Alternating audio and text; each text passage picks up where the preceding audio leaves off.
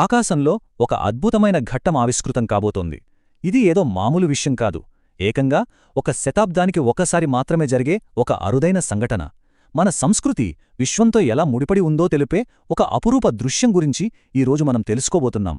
100 సంవత్సరాలు వినరిగ్గా 100 ఏళ్ల తర్వాత మన రంగుల పండుగ హోలీ సంపూర్ణ చంద్రగ్రహణంతో రెండు ఒకే రోజున రాబోతున్నాయి. నిజంగా ఇది చాలా ప్రత్యేకమైన కలయిక.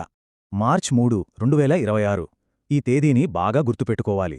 ఎందుకంటే ఆ రోజు మన ప్రాచీన సంప్రదాయాలు, ఖగోళ అద్భుతాలు ఒకేచోట కలవబోతున్నాయి.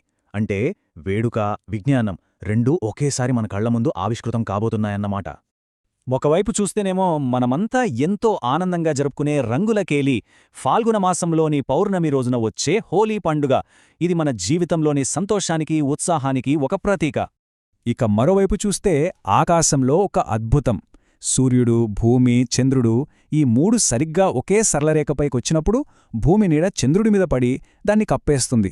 దాన్నే మనం చంద్రగ్రహణం అని అంటాం. అయితే దీన్ని బ్లడ్ మూన్ అని ఎందుకంటారు? ఎప్పుడైనా ఆలోచించారా? భూమి వాతావరణం గుండా వెళ్లే సూర్యకాంతి వంగి ఆ కాంతి చంద్రుడి మీద పడుతుంది. అందుకే చంద్రుడు మనకు అలా ఎర్రగా కనిపిస్తాడు. ఇంకో ఆసక్తికరమైన విషయమేంటంటే ఈసారి ఈ గ్రహణం సింహరాశిలో జరగబోతోంది. సరే, ఇంత అరుదైన రోజున పండుగనెలా జరుపుకోవాలి మరి? దానికి సమాధానం తెలియాలంటే ముందు మనం పౌర్ణమి తిథి సమయాలను సరిగ్గా అర్థం చేసుకోవాలి. ఆ సరైన సమయం తెలిస్తేనే గదా మనం సాంప్రదాయాన్ని సరిగ్గా పాటించగలుగుతాం. హోలీకి అత్యంత ముఖ్యమైన పౌర్ణమి తిథి మార్చి 2వ తేదీ సాయంత్రం 5:55 మొదలవుతుంది. ఆ తర్వాత మార్చి 3వ తేదీ సాయంత్రం 5:07 ముగుస్తుంది. ఈ సమయాలే మన వేడుకలకు ఆధారం. ఇక్కడే అసలు విషయముంది. అందుకే జ్యోతిష్యులు ఏమని చెప్తున్నారంటే హోలికా దహన కార్యక్రమాన్ని మార్చి 2వ తేదీ సాయంత్రం 6:22 నుంచి రాత్రి 8:50 మధ్యలోనే జరుపుకోవడం చాలా మంచిది. ఎందుకంటారా? ఆ తర్వాత అశుభకరమైన భద్రకాలం మొదలవుతుంది కాబట్టి.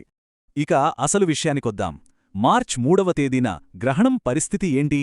మన పండుగ వేడుకలకు గ్రహణ సమయానికి మధ్య సంబంధమేంటి? వీటిని ఎలా బ్యాలెన్స్ చేసుకోవాలి చూద్దాం. సరే, ఈ టైంలైన్ని ఒక్కసారి గమనిద్దాం. దీనివల్ల మనకు పూర్తి క్లారిటీ వచ్చేస్తుంది.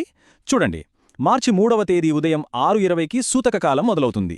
ఇక గ్రహణం విషయానికొస్తే అది మధ్యాహ్నం 3:20కే ప్రారంభమైన మన భారతదేశంలో కనిపించేది మాత్రం సాయంత్రం 6:20 నుంచే.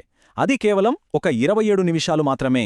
వెంటనే సాయంత్రం 6:47కి గ్రహణం ముగిసిపోతుంది. ఇంతకీ ఈ సూతక కాలమంటే ఏంటి? సింపుల్గా చెప్పాలంటే చంద్రగ్రహణానికి సరిగ్గా 9 గంటల ముందు ప్రారంభమయ్యే ఈ సమయాన్ని అశుభకరమైనదిగా భావిస్తారన్నమాట. ఆ సమయంలో కొన్ని జాగ్రత్తలు, కొన్ని నియమాలు పాటిస్తారన్నమాట. మరి హోలీ పండుగ, గ్రహణం రెండూ ఇలా కలిసి వస్తున్న ఈ ప్రత్యేక సందర్భంలో ఈ సూతక కాలంలో మనం పాటించాల్సిన నియమాలేమైనా ఉన్నాయా? ఎలాంటి జాగ్రత్తలు తీసుకోవాలి? దీని గురించి జ్యోతిష్యులు ప్రధానంగా 2 జాగ్రత్తలు సూచిస్తున్నారు. మొదటిది, ఈ సూతక కాలంలో దేవుడి విగ్రహాలను తాకకూడదు. ఇక రెండవది, గర్భిణీలు చాలా జాగ్రత్తగా ఉండాలి. వీలైనంతవరకు విశ్రాంతి తీసుకుంటే మంచిది. ఈ చార్టు మొత్తం పరిస్థితిని ఒక్క చూపులో మనకు చూపిస్తుంది. చూడండి, హోలికా దహన్కి కేవలం 2:30 గంటల సమయం ఉంటే గ్రహణం మొత్తం వ్యవధి 3:30 గంటలుంటుంది. కాని అందులో మనకు ఇండియాలో కనిపించేది కేవలం 27 నిమిషాలు మాత్రమే.